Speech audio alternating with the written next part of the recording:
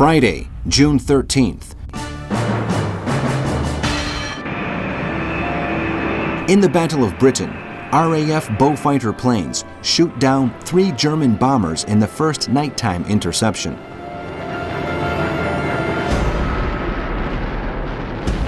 In Berlin, fearing the British might have Spain in their sights, Hitler reviews the Iona Plan, the invasion of the Iberian Peninsula.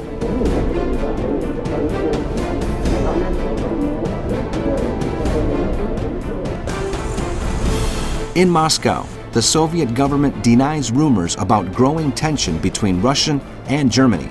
Once again, Stalin refuses to accept what is obvious to everyone else. Hitler, on the pretext of launching a preemptive war, will invade the Soviet Union.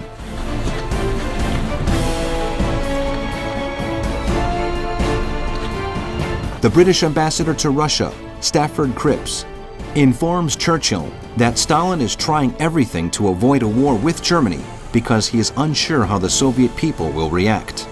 The British Prime Minister sends a message to the Russian leader offering all possible help in the event of an invasion. In Vichy, France, thousands of Jews accused of being enemies of the state are sent to concentration camps and their property is confiscated. In the Netherlands, in Omen, the Erika concentration camp is opened under the charge of Werner Schweer and Dutch collaborationist Karel Diepgrond. In the Sea War, Commodore Leonard Warren Murray of the Royal Canadian Navy is put in charge of the Newfoundland Escort Force, which will protect convoys sailing across the Atlantic to Britain.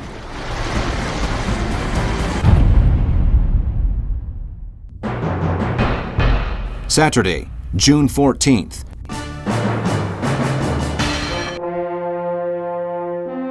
In Berlin, Hitler meets with members of the Wehrmacht High Command involved in the invasion of the USSR in the Reich Chancellery.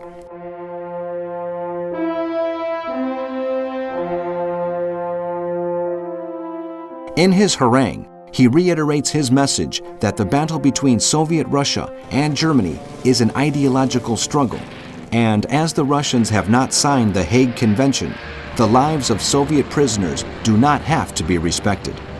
The Nazi leader believes that once the Soviet Union is destroyed, Britain will surrender.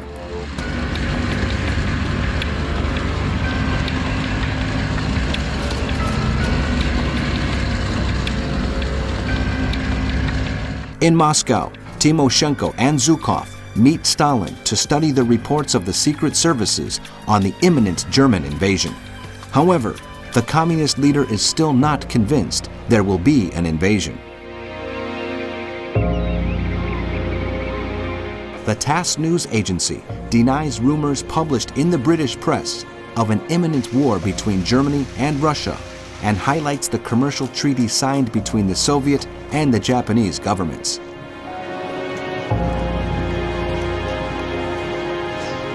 In the United States, President Roosevelt orders all German and Italian financial assets to be frozen. He also accepts Churchill's proposal of defending Iceland.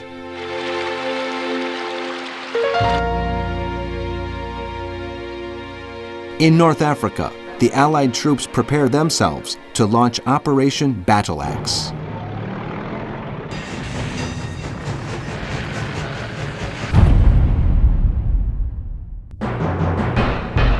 Sunday, June 15th. The government of Croatia joins the Tripartite Pact. The British Prime Minister, Winston Churchill, is troubled by Stalin's attitude.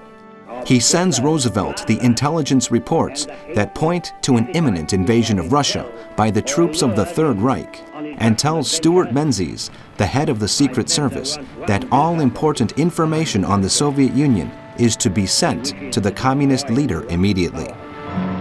General Mikhail Kiropnos, the commander of Kiev, is convinced the Germans are about to launch an invasion and asks for Stalin's authorization to evacuate 300,000 civilians from the Ukrainian city. The communist leader refuses, arguing that the Germans might see it as a provocation. In the Mediterranean, the aircraft carriers Victorious and Ark Royal, with 43 Hurricanes on board, arrive in Malta to reinforce the British air defenses. In North Africa, General Archibald Wavell, commander-in-chief of the Allied troops, attempts to recover some lost ground and to free Tobruk in Libya from the siege of Rommel's Africa Corps. He orders the commencement of Operation Battleaxe. General Noel Beresford Pearce, in charge of the 7th Armored and the 4th Indian Divisions, launches a frontal attack against the Axis positions on the border between Egypt and Libya in the Halfaya Pass, Fort Cabuso, and Halfid Hill. Rommel, the Desert Fox, has at his command the 5th Light Division and the very effective 15th Panzer Division. By dusk, the Allied forces have managed to take Fort Capuzzo.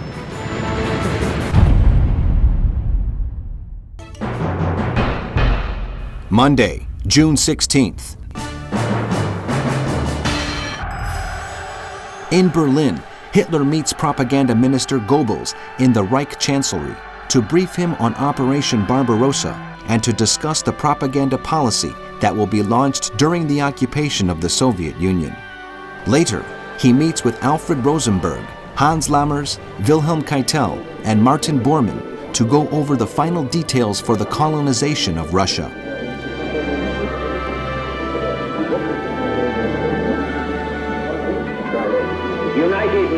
In London, Winston Churchill addresses the American people on the radio, expressing his concerns about the future and warning that if they are divided, it will lead to a new dark age. But united, they can save and lead the world. The nations were pulled down one by one, while the other gates shattered. Sumner Welles, an Undersecretary of State and an advisor of the American president, confirms that he has ordered the closure of all German consulates for being involved in activities beyond their proper role.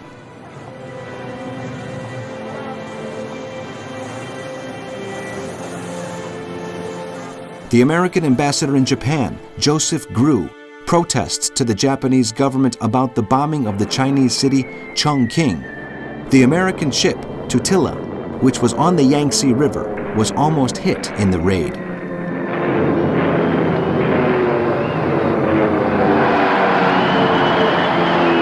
In North Africa, in Operation Battleaxe, the lack of coordination between the Allied troops gives Rommel the edge. Heavy fighting takes place in the Halfaya Pass, where the German 88mm guns wreak havoc among the British tanks.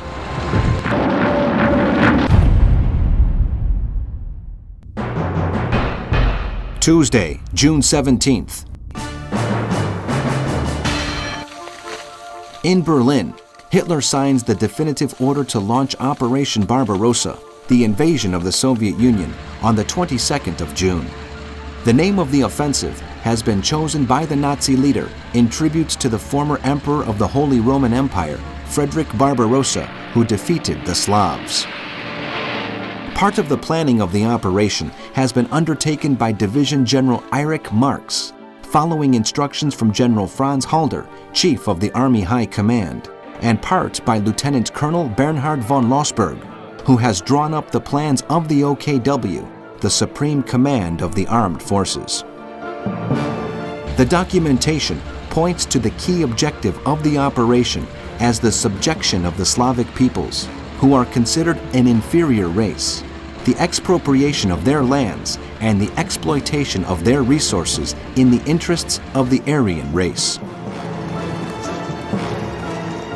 In the Middle East, in Syria, the Battle of Kisweh begins with forces loyal to the Vichy government fighting French Free Forces supporting Charles de Gaulle. This marks a significant advance in the Allies' push towards Damascus. In North Africa, Operation Battleaxe fails.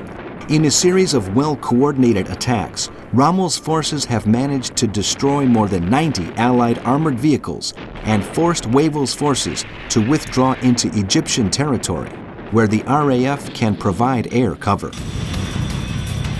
The soldiers defending Tobruk are still under siege. Churchill thinks Wavell is tired and that the best course is to substitute him with Claude Auchinleck, Commander-in-Chief in India.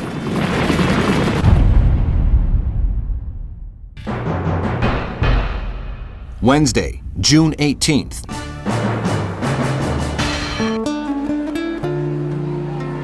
In Greece, Italian troops replaced those of the Third Reich throughout the country.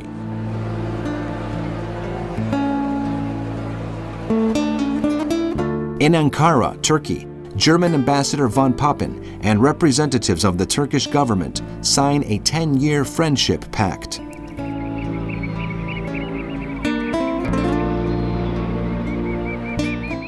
The Finnish government introduces press censorship and a general mobilization.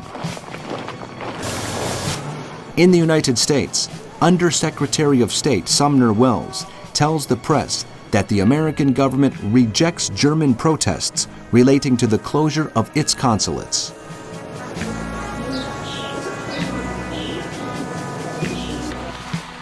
In the Middle East, in Syria, Allied troops retake Quneitra and the Battle of Damascus begins, the final phase of the Allied march towards the capital.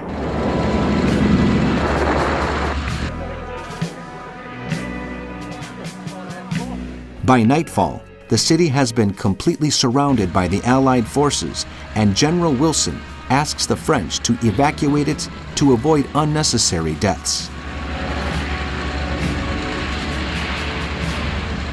Beirut is bombed by British planes.